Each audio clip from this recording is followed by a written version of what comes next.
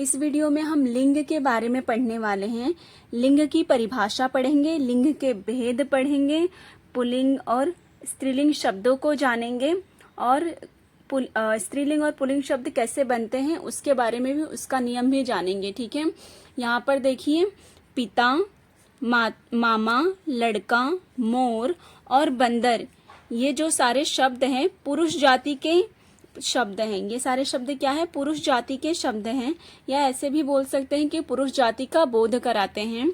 जबकि माता, मामी, लड़की, मोरनी और बंदरिया, ये शब्द स्त्री जाति के शब्द हैं या स्त्री जाति का बोध कराते हैं, इसलिए ये क्या है? स्त्रीलिंग है। यहाँ पर देखिए, लिंग की परिभाषा दी गई है। संज्ञा के जिस रूप से उसके पुरुष जाति या स्त्री जाति के होने का पता चले, संज्ञा के जिस रूप से उसके पुरुष जाति या स्त्री जाति के होने का पता चले, उसे लिंग कहते हैं। ठीक है, लिंग के दो भेद हैं। लिंग के दो भेद होते हैं। पहला है पुल्लिंग, ठीक है, और दूसरा है स्त्रीलिंग। पहला है पुल्लिंग और दूसरा है स्त्रीलिंग। यहाँ पर पहला है पुल्लिंग शब्द। जो शब्द पुरुष जाति के लिए प्रयोग में लाए जाते हैं उन्हें पुल्लिंग शब्द कहते हैं। जो शब्द पुरुष जाति के लिए प्रयोग में लाए जाते हैं उन्हें पुल्लिंग शब्द कहते हैं। उदाहरण है शेर, पिताजी, ये क्या है? पुल्लिंग शब्द है। स्त्रीलिंग शब्द, जो शब्द स्त्री जाति के लिए प्रयोग में लाए जाते हैं उन्हें स्त्रीलिंग शब्द कहते हैं।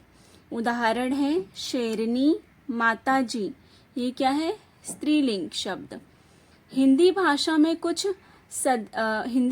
में कुछ शब्द सदैव मतलब हमेशा पुल्लिंग की तरह प्रयोग में लाए जाते हैं, जैसे कौवा, उल्लू, ये शब्द हमेशा पुल्लिंग की तरह प्रयोग में लाए जाते हैं। कुछ शब्द सदा मतलब हमेशा स्त्रीलिंग की तरह प्रयोग में लाए जाते हैं, जैसे कोयल, तितली, ये क्या है? स्त्रीलिंग शब्द है। किंतु इन शब्दों में लिंग भेद दर्शाने के लिए, लिंग भेद मतलब ये पुल्लिंग शब्द है या स्त्रीलिंग शब्द है, ये दर्शाने के लिए, बताने के लिए शब्द से पहले नर या मादा का प्रयोग किया जाता है।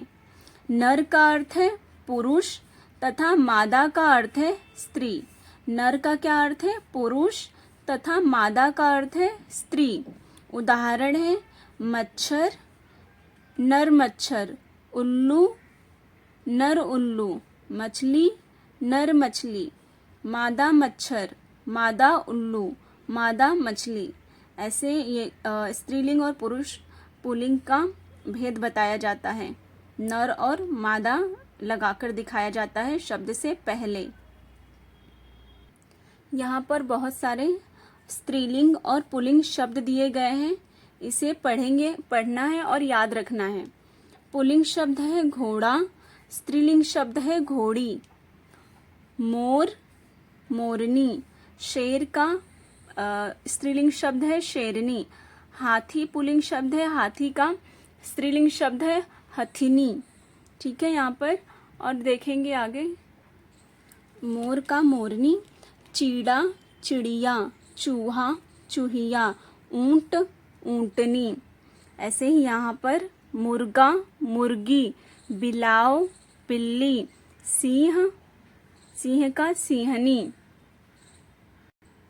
चूहा का होगा यहाँ पर चूहा का चूहिया, ऊंट का ऊंटनी, बाघ, बाघिन, बैल, गाय, पुत्र, पुत्री, दादा, दादी, मामा, मामी, भतीजा, भतीजी, अध्यापक, अध्यापिका, कवि, कवयित्री।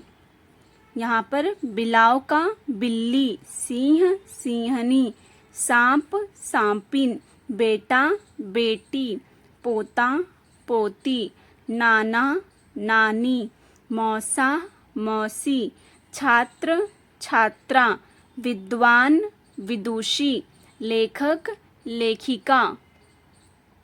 यहाँ पर और भी स्त्रीलिंग और पुल्लिंग शब्द दिया गया है। पुल्लिंग शब्द है बूढ़ा, स्त्रीलिंग शब्द है बुढ़िया, सुनार, सुनारिन, ग्वाला, ग्वालिन, श्रीमान, श्रीमती, गायक, गायिका, अभिनेता, अभिनेत्री, लोहार, लुहारिन, धोबी, धोबिन, माली, मालिन, सम्राट, सम्राज्ञी, नायक, नायिका, वीर, वीरांगना।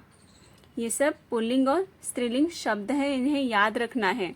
उसके बाद देखिए यहाँ पर वस्तु, भाव तथा स्थान। वस्तु, भाव तथा स्थान, इसमें पुल्लिंग और स्त्रीलिंग शब्द दिया गया है। पुल्लिंग शब्द देखिए यहाँ पर दूध, पेन, पंखा, टेलीविज़न, टेलीफोन, गुस्सा, पहाड़, भारत, कनाडा, चीन, पेड़, आम, फूल, कंप्यूटर, तालाब, समुद्र, पलंग, सुख, दुख आदि। ये सब क्या है? पुल्लिंग शब्द हैं।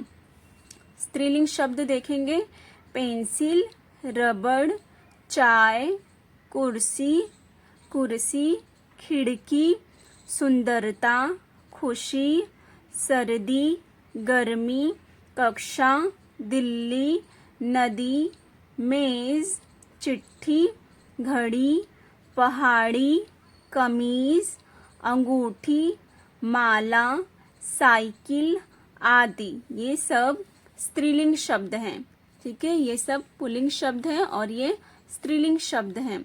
लिंग की पहचान, यहाँ पे दिया है कि लिंग की पहचान कैसे करना है।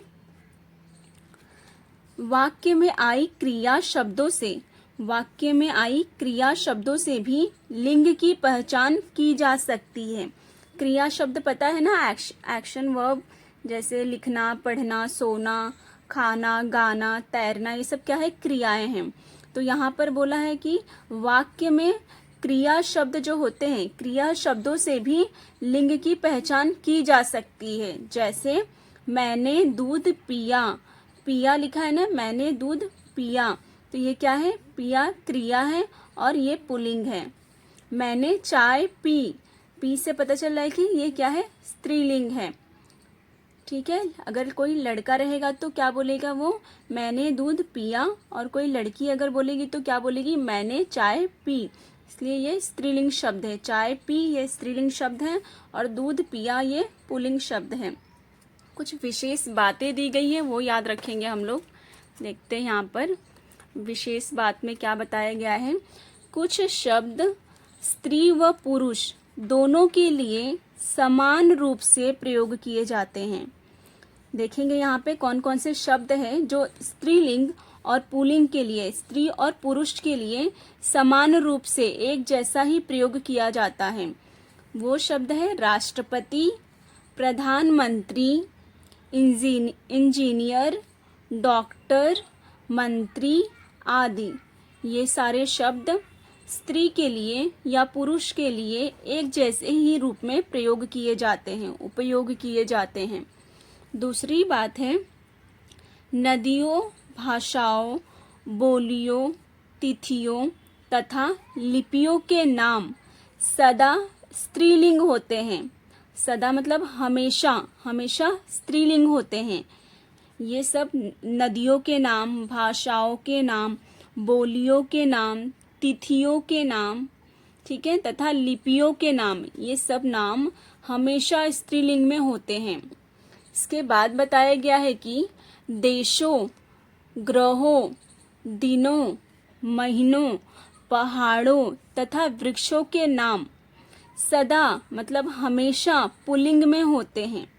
ठीक है, इनके नाम हमेशा किस में होते हैं? पुल्लिंग में।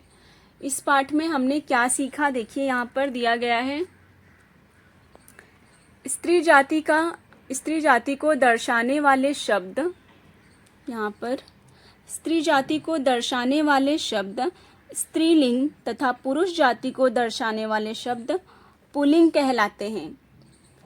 दूसरी बात बताई गई है कि हिंदी में 2 लिंग होते हैं, पहला स्त्रीलिंग और दूसरा पुल्लिंग। इसके बाद हमने इस पाठ में सीखा है कि कुछ शब्दों में नर या मादा जोड़कर उसका लिंग दर्शाया जाता है।